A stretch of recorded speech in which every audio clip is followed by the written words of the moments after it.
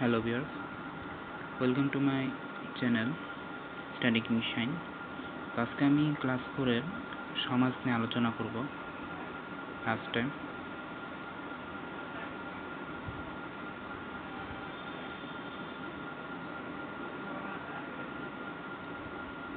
দেখো, আজকে আমরা জানব আমাদের পরিবেশ ও সমাজ। প্রকৃতির বিভিন্ন উপাদান নিয়ে প্রাকৃতিক পরিবেশ গঠিত হয়।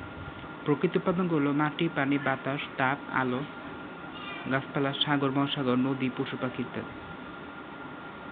পৃথিবীর বিভিন্ন অঞ্চলে প্রাকৃতিক পরিবেশের মধ্যে বৈচিত্র্য রয়েছে। কোন অঞ্চল তুষারে ঢাকা, আবার কোন কোন অঞ্চল দেখো শুষ্ক মরুভূমি। বিভিন্ন স্থানে জলবায়ুর মধ্যে রয়েছে ভিন্নতা। কোথাও জলবায়ু শীতল, আবার কোথাও উষ্ণ। কোনো স্থান শুষ্ক, কোথাও বৃষ্টির পরিমাণ বেশি। তাহলে আমরা দেখতে পেলাম যে পৃথিবীর বিভিন্ন স্থানে সব জায়গায় কিন্তু এক না। কোনো কোনো জায়গায় তুষারে ঢাকা, মানে তুষার হচ্ছে বরফ, তারপরে কোনো জায়গায় মরুভূমি, কোনো কোনো জায়গায় ভিন্নতা, আর কোনো জায়গায় শীত, কোথাও উষ্ণ। ঠিক আছে, দেখো বাংলাদেশের উত্তর ও দক্ষিণ অঞ্চলে প্রাকৃতিক পরিবেশে ভিন্নতা রয়েছে। উত্তর অঞ্চলের ভূমি উঁচু, নদ নদীর সংখ্যা কম, গ্রীষ্মকালে অনেক গরম পড়ে, শীতকালে বেশ ঠান্ডা পড়ে। আবার দেশের দক্ষিণ অঞ্চল ভূমি নিচু, সেখানে অনেক নদী মিলিত হয়েছে। নদীর কারণে অঞ্চলে বন্যার প্রবণতা বেশি।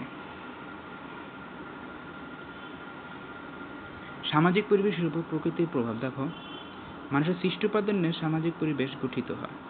যেমন বাড়ি, বিদ্যালয়, খেলার মাঠ ইত্যাদি। একই সাথে সমাজের বিভিন্ন কাজ, যেমন কৃষি, পরিবহন ব্যবস্থা সামাজিক পরিবেশের অংশ।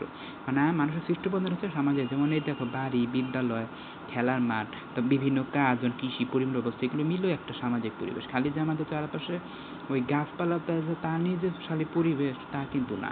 কৃষক, পরিবহন ব্যবস্থা এবং চারপাশে যা কিছু আছে সব কিছু নিয়ে পরিবেশ গঠিত। তা আমাদের সামাজিক পরিবেশ প্রাকৃতিক পরিবেশও নির্ভরশীল। কোনো অঞ্চলে ঠান্ডা বেশি, আবার কোনো অঞ্চলে গরম বেশি। যেখানে শীত বেশি সেখানে আমরা শীতের প্রকোপ থেকে রক্ষা পাওয়ার জন্য মোটা জামা কাপড় পরি। এর সময় আমরা ভিন্ন ধরনের খাবার খাই, এমনভাবে ঘর বাড়ি তৈরি করি যেন ঘর গরম থাকে। শুষ্ক এলাকায় গাছ ও ফসল কম জন্মে। এছাড়া যেসব এলাকার জলাশয়, নদ নদী বেশি সেসব এলাকার মাছের চাষ বেশি এবং সহজেই সেচের চাষও করা যায়। সেচের কাজ ওকে। তো তোমরা দেখো যে আমরা কতটা প্রাকৃতিক নির্ভরশীল, যে কোনো কোনো অঞ্চলে দেখা যায় শীত আছে, কোনো কোনো অঞ্চলে গরম বেশি। তো সেখানে দেখা যায় যে আমরা গরম শীতের প্রকোপ থেকে রক্ষা পাওয়ার জন্য আমরা কী করি, মোটা জামা কাপড়, মানে শীতের কাপড় চোপড়টা পরি। ঠিক আছে, শীতের দিনে আমরা সোয়েটার, তারপরে জ্যাকেট ট্যাকেট পরি, ওইটাকেই বলেছে মূলত। তারপরে হচ্ছে দেখো আমরা বিভিন্ন ধরনের খাবার খাই, এমনভাবে ঘর বাড়ি তৈরি করে যেন ঘর গরম থাকে।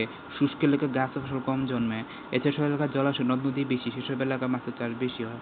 সেচের কাজ। আবার দেখো সামাজিক পরিবেশে প্রাকৃতিক উপর প্রভাব ফেলে প্রকৃতির উপর। তাই আমাদের পরিবেশ নিয়ে সচেতন হতে হবে। আমাদের বেশি করে গাছ লাগানো যায়। দেখো গাছগুলোর উপর কত গুরুত্ব দিচ্ছে, দেখো আমাদের গাছ লাগাতে হবে, কারণ গাছ লাগালে কী হবে, আমরা পরিবেশের ভিতরে ভারসাম্য বজায় রাখতে পারবো।